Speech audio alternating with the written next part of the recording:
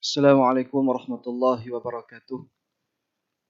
Bismillahirrahmanirrahim. Alhamdulillahi rabbil alamin wassalatu wassalamu ala Rasulillah wa ala alihi wa sahbihi ajma'in. Allahumma inna nas'aluka ilman nafi'a wa rizqan tayyiba wa amalan mutaqabbala. Rabbi zidna ilma wa rizqna fahma walhamdulillahi rabbil alamin. Tuan-tuan muslimin, muslimat, para pendengar yang dikasihi oleh Allah Subhanahu wa taala. Alhamdulillah, kita bersyukur pada Allah hari ini kita dapat bertemu lagi untuk program amalan harian secara langsung di page Masjid Al-Muktafi Billah Shah di Facebook.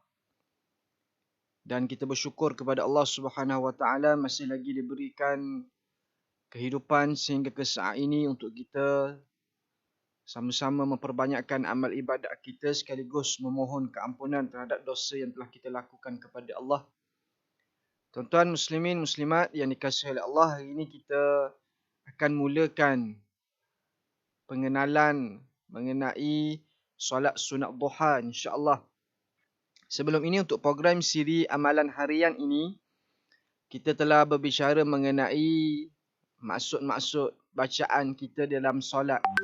Bermula ketika mana kita takbiratul ihram, bermula lafaz niat lagi. Dan kita dah hurai mengenai hukum-hukum yang berkait sehinggalah kita memberi salam, sehinggalah kita membaca wirid selepas solat berkait dengan solat-solat fardu yang telah kita lakukan ataupun solat sunat. Dan hari ini kita fokuskan lagi, insya-Allah bermula hari ini kita akan cuba untuk memahami bacaan di dalam solat kita berkait dengan solat-solat sunat, kelebihan, kaifiat yang boleh kita amalkan dalam kehidupan seharian kita insya-Allah. Terlebih dahulu mohon komen di ruangan komen kepada tuan-tuan yang sedang mendengar sekarang ini bagaimanakah tahap kualiti audio dan juga video di tempat kalian. Semoga dalam keadaan baik dan boleh kami mengetahui terlebih dahulu tahap kualitinya bagaimana untuk kami cuba memperbaiki kelemahan-kelemahan yang ada insya-Allah. Dan untuk hari ini kita hanya fokus berkait dengan pengenalan solat sunat duha insya-Allah. Pengenalan solat sunat duha. Dan sebelum itu jangan lupa untuk teruskan share kita punya live pada hari ini. Secara langsung kita berlangsung pada hari ini di Facebook di page Masjid Al-Muktafi Billah Shah. Share kepada kawan-kawan, semoga yang lain pun dapat manfaat bersama insya-Allah dalam tempoh PKP ini. Mungkin ramai yang ada di rumah, bekerja dari rumah dan sebagainya, boleh manfaatkan dengan majlis-majlis ilmu. Walaupun kita tidak hadir ke masjid sekalipun, melalui secara atas talian ini, secara media sosial ini juga dikira sebagai majlis ilmu yang boleh kita mengambil manfaat daripada apa yang akan kita bincangkan selepas ini insya-Allah. Baik, teruskan share terlebih dahulu tuan-tuan sekalian.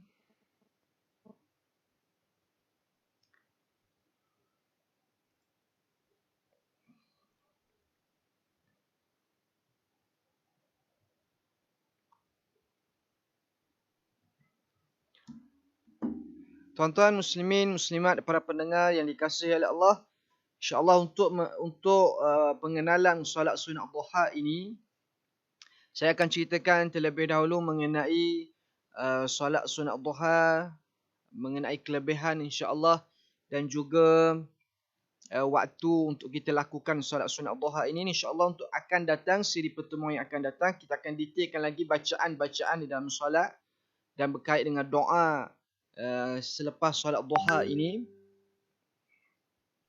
Mengenai solat sunat duha ini, tuan-tuan yang dikasihi Allah Subhanahu wa taala sekalian, solat sunat duha ini adalah salah satu solat sunat yang sangat-sangat dituntut dan ia merupakan sunat baginda Nabi sallallahu alaihi wasallam, merupakan sunnah baginda Nabi sallallahu alaihi wasallam.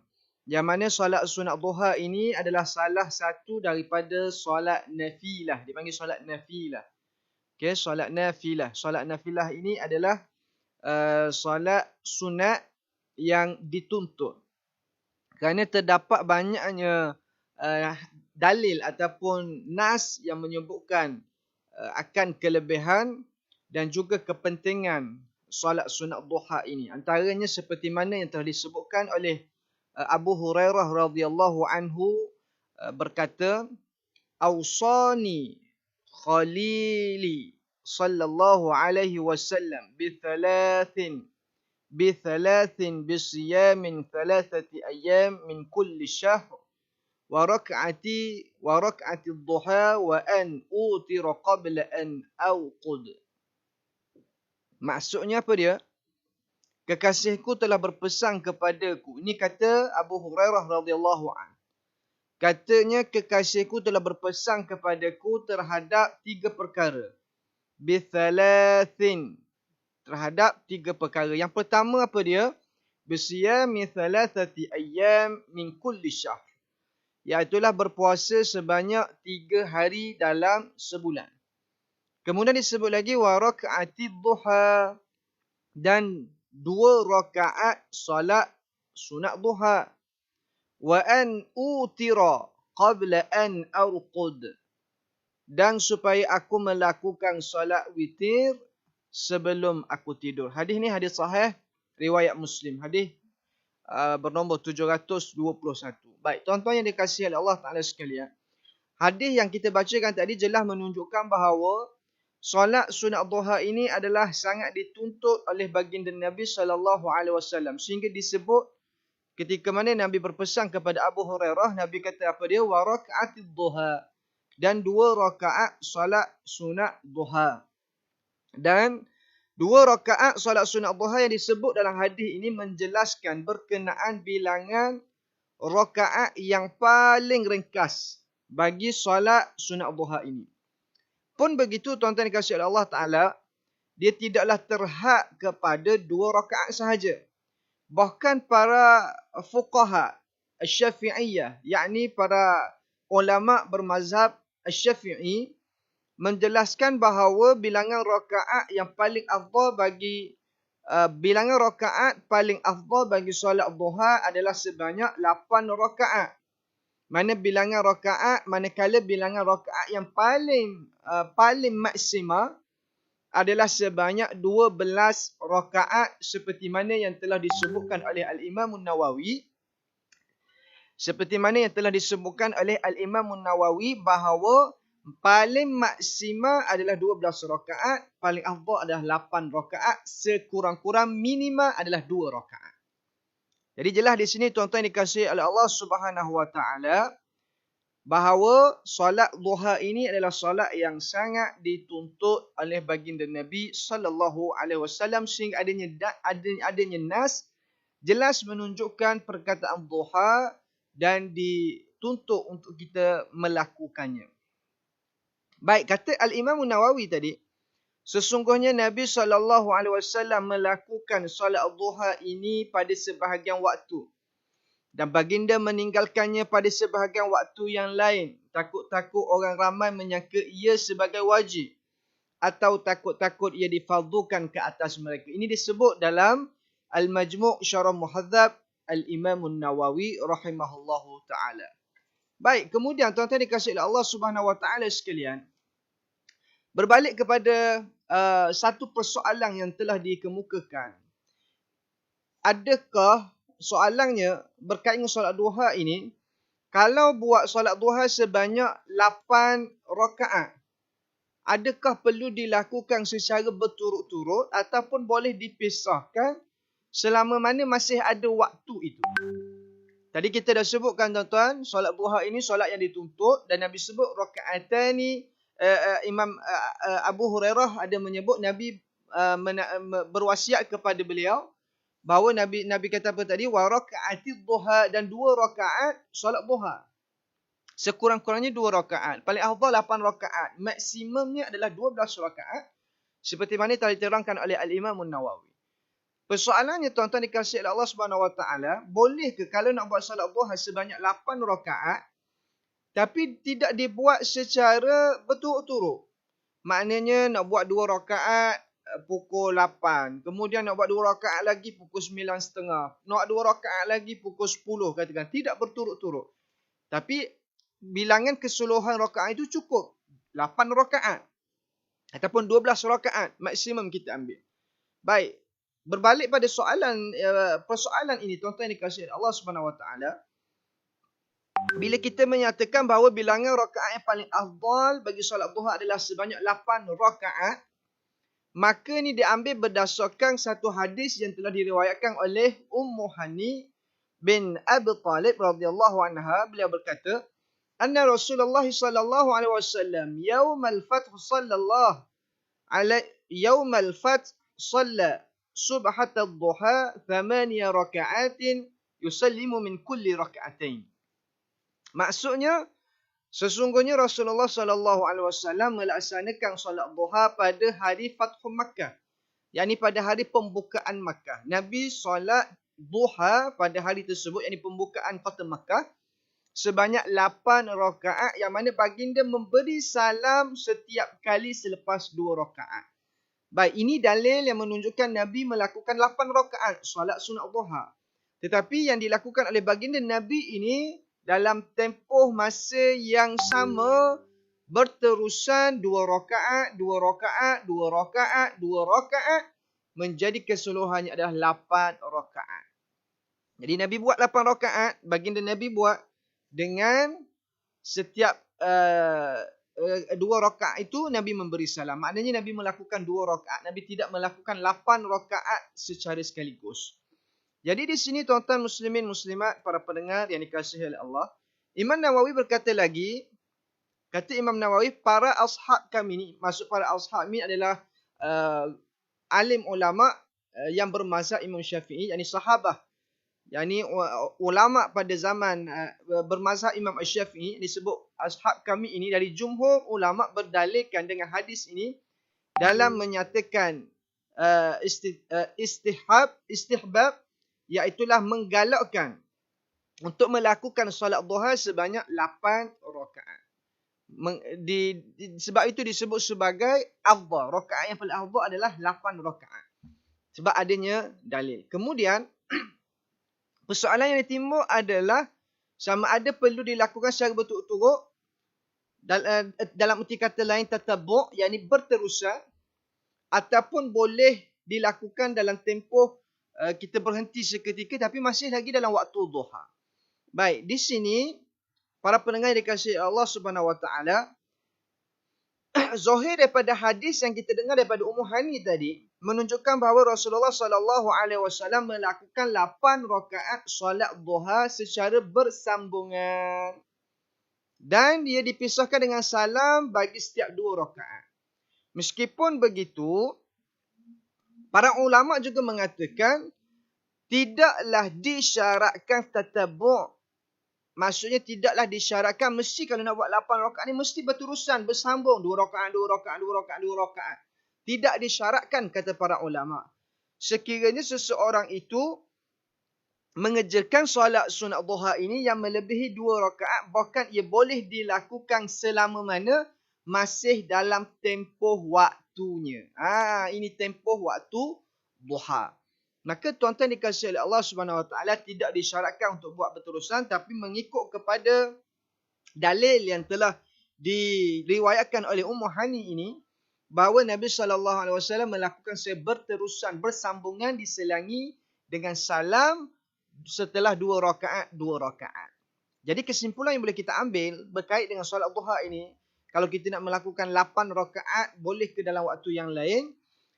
Kita melihat daripada nas yang telah baca tadi, tuan-tuan yang dikasihi oleh Allah, bahawa sekiranya seseorang itu nak melakukan 8 rakaat solat duha ini pada waktu yang berbeza, namun masih lagi berada dalam tempoh duha itu, maka ia adalah dibolehkan. Akan tetapi perbuatan tersebut dianggap sebagai khilaful aula, menyalahi yang lebih utama. Disebut khilaful aula. Bukan kata makruh, dipanggil sebagai khilaful aula, menyalahi yang lebih utama. Yang lebih utama apa dia? Buat 8 rakaat berterusan, yakni 2 rakaat salam, 2 rakaat salam, 2 rakaat salam, 2 rakaat salam. Itu yang dilakukan oleh baginda Nabi. Tapi dibolehkan kalau kita buat 2 rakaat, katakan pukul 8 pagi.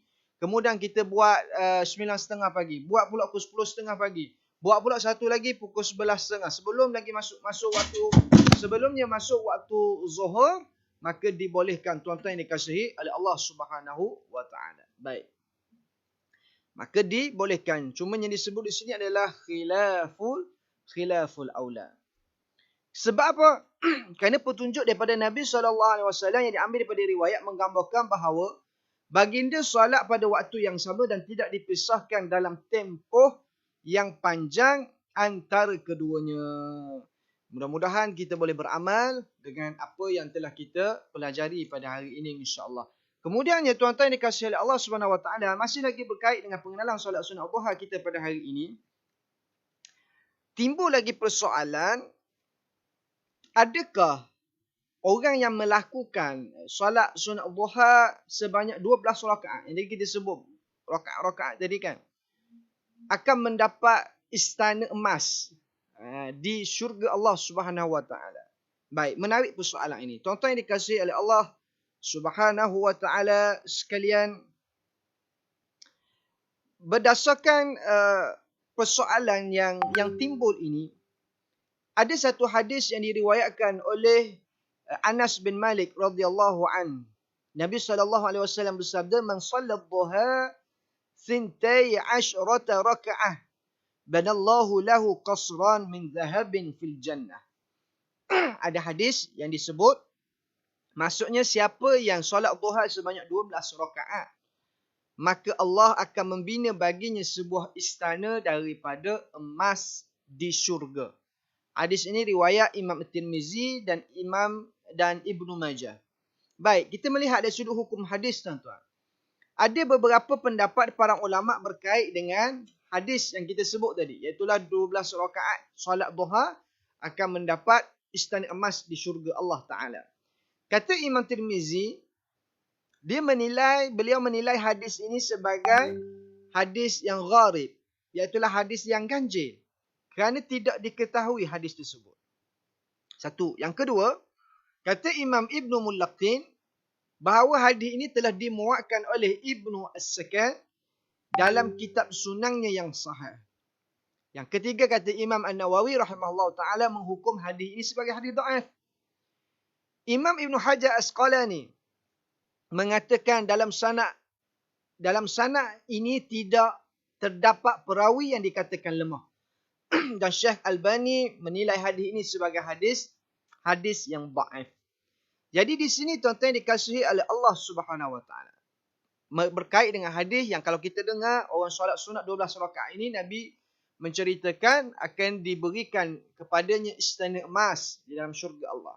Maka di sini para ulama juga mengatakan hadis ini sebenarnya cenderung kepada hadis yang dhaif.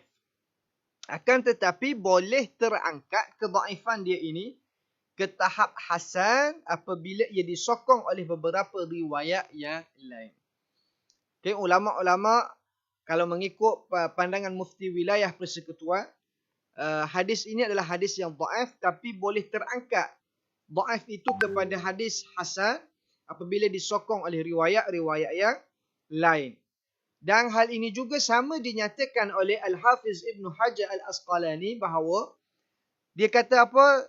Jika digabungkan dengan hadis Abi Dzar radhiyallahu an dan Abi Darda radhiyallahu an, maka ia kuat dan juga boleh digunakan dalam berhujah dengannya. Ada disebut dalam Fathul Bari.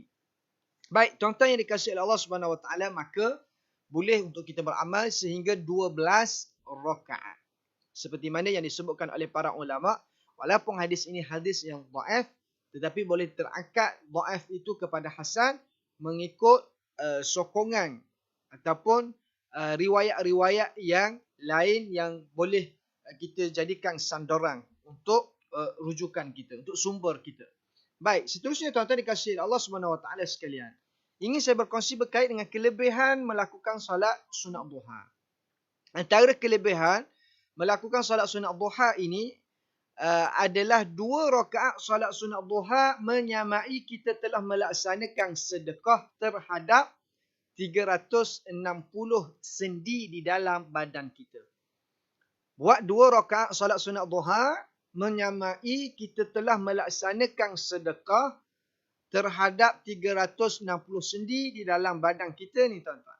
Seperti mana hadis yang telah diriwayatkan oleh Imam Muslim daripada Abzar radhiyallahu anhu bahawa Nabi SAW bersabda yang bermaksud, pada pagi hari setiap sendi salah seorang daripada kamu memerlukan kepada sedekah. Maka setiap tasbih yakni subhanallah itu adalah sedekah. Setiap tahmid alhamdulillah itu adalah sedekah. Setiap takbir Allahu Akbar itu adalah sedekah. Menyuruh berbuat perkara yang baik adalah sedekah. Melarang daripada perkara yang munkar adalah sedekah. Dan semua itu cukup bersedekah. Semua itu cukup bersedekah kepada semua sendi itu dengan 2 rakaat yang telah didirikan oleh seseorang itu daripada solat duha. Maka ini ada dalil tuan-tuan yang dikasihi oleh Allah Subhanahu Wa Taala. Maka sebagai kesimpulan, menjadi satu kemestian bagi setiap insan yang mengaku sebagai orang yang beriman kepada Allah agar dapat melaksanakan solat sunat duha ini pada setiap hari dan kita berazam untuk melakukannya insya-Allah tuan-tuan sekalian. Ini kerana apa tuan-tuan? Kerana ia merupakan salah satu tanda kesyukuran kita kepada Allah Subhanahu Wa Taala terhadap segala nikmat yang telah Allah beri kepada kita, termasuklah nikmat sendi dalam badan kita ini, dan mudah-mudahan ia dapat jadikan amalan seharian kita insya-Allah, mudah-mudahan. Baik tuan-tuan, para pendengar yang dikasihi oleh Allah Subhanahu Wa Taala sekalian, untuk yang terakhir bagi pertemuan kita pada hari ini berkait dengan pengenalan solat sunat duha. Bilakah waktu duha yang boleh kita lakukan? Bermula pada waktu bila tuan-tuan yang dikasihi oleh Allah? Dan bilakah waktu yang paling afdal untuk kita lakukan? Baik. Berkait dengan waktu solat duha ini, iaitulah ketika mana matahari terbit.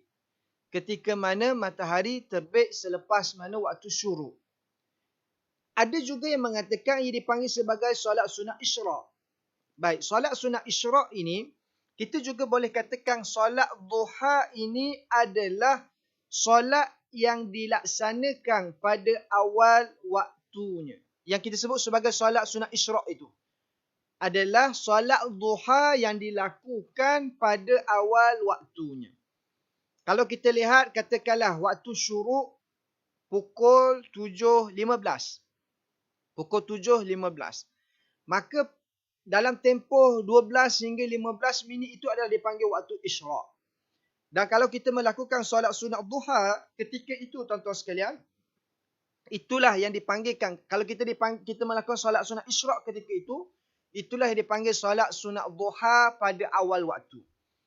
Akan tetapi kalau kita melihat kepada takwim waktu solat mengikut mufti-mufti negeri masing-masing, contoh negeri Terengganu, dia akan tulis dekat bawah itu waktu duha 28 minit selepas waktu syuruk.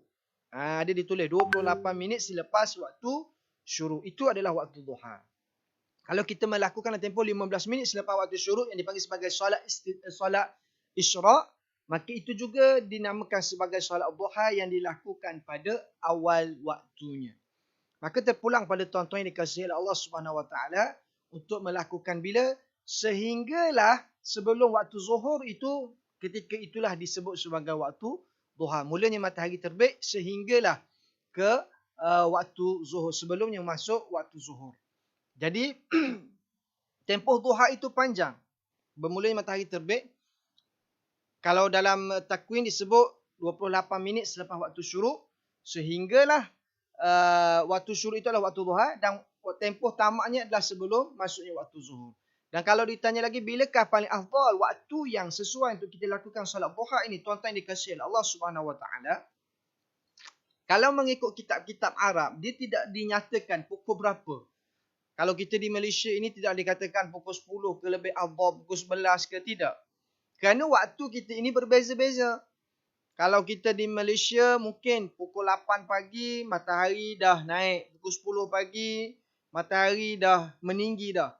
Mungkin di tempat yang lain pukul 10 pagi masih lagi malam. Di tempat yang lain mungkin. Sebab itu tidak dinyatakan pukul berapa dalam kitab-kitab. Cumanya para ulama, bila mana disebut dalam kitab-kitab Arab, para ulama mengkiaskan dengan waktu ataupun masa tempatan bagi sesuatu negara itu. Kerana dalam kitab menyebut, waktu yang paling afdal untuk solat sunat duha ni, ketika mana unta, kalau di padang pasir, unta pada waktu pagi dia suka rehat. Okay, dia suka rehat di padang pasir, suka duduk. Kalaulah tiba-tiba unta itu bangun daripada keadaan dia duduk itu, menunjukkan bahawa matahari telah naik. Menunjukkan bahawa matahari waktu itu dah mula untuk panas lah. Menyebabkan unta ini rasa panas, dia pun bangun. Itulah kata ulama waktu yang afdal untuk kita melakukan solat sunat duha. Tidak dinyatakan pukul berapa. Cuma dikiaskan dengan waktu tempatan di sesuatu negara itu. Contoh kalau kita secara adatnya, rolik-rolik orang kita kata, secara adatnya tuan-tuan sekalian, dalam pukul 10 pagi, itu adalah waktu yang sesuai, yang baik untuk kita melakukan solat sunat duha. Kalau nak buat pukul 8 pagi, katakan, tak ada masalah. Tapi yang afdal, iaitulah ulama sebut ketika mana kalau di padang pasir, unta yang sedang rehat pada waktu pagi itu, dia tengah duduk rehat, kemudian disebabkan matahari itu naik, dia pun bangun kerana kepanasan, itulah waktu yang afdal. Maka kita di sini di Malaysia, adatnya pukul 10 pagi itu insya-Allah merupakan waktu yang terbaik, waktu yang afdal untuk kita lakukan solat sunat duha. Terpulang pada tuan-tuan untuk menganggarkan macam mana, tapi disebut dalam kitab seperti itulah, ketika mana unta yang sedang berehat, lalu mereka ini bangun kerana kepanasan panas matahari itu yang telah naik meninggi, maka itulah waktu yang terbaik untuk kita lakukan solat sunat duha. Jadi tuan-tuan muslimin muslimat yang dikasihi oleh Allah Subhanahu wa taala sekalian, alhamdulillah kita untuk hari ini kita sekadar mengenali terlebih dahulu pengenalan solat sunat duha. Ada nas, ada dalil yang menunjukkan Nabi SAW sangat menuntut kita, menggalakkan kita melakukan solat sunat ini. Dipanggil solat nafilah. Itulah solat sunat yang sangat dituntut. Disebut solat sunat nafilah ini tuan-tuan yang dikasihi oleh Allah Subhanahu wa taala. Dan Nabi juga menasihati, memberikan wasiat kepada Abu Hurairah dengan lafaz wa rakaati ad-duha. Dan Nabi menasihati aku solat sunat duha 2 rakaat sekurang-kurang. Dan kita pun telah memahami minimum rakaat adalah 2 rakaat, paling afdal 8 rakaat dan maksimalnya 12 rakaat. Kesemuanya ini adanya dalil yang didatangkan kepada kita, dan kita pun telah mengetahui melakukan 12 rakaat solat sunat duha ini akan diberikan istana emas di dalam syurga Allah Subhanahu wa taala. Walaupun hadis ini adalah hadis yang dhaif, ulama mengatakan hadis ini adalah hadis yang dhaif, tapi disokong oleh perawi-perawi yang boleh mengangkat hadis ini kepada hadis yang hasan, hadis yang baik. Moga-moga menjadikan amalan seharian kita insya-Allah tuan-tuan. Insya-Allah untuk siri yang akan datang kita cuba untuk memahami bacaan surah-surah yang dipilih dalam solat sunat duha ini, dan kita cuba juga untuk memahami doa-doa dalam solat sunat duha ini yang boleh kita jadikan rujukan, panduan untuk kita beramal insya-Allah. Terima kasih kepada tuan-tuan sekalian. Insya-Allah kita jumpa lagi pada pertemuan yang akan datang. Moga ada manfaat kepada kita semua. Semoga Allah berikan kerahmatan kepada kita semua. Dan mudah-mudahan juga tuan-tuan, dengan usaha asbab kita mari belajar ini, kita mendengar majlis-majlis ilmu, kita berkongsi ilmu, Allah segera mengangkat wabak yang sedang melanda di negara kita ini insya-Allah. Kita jumpa lagi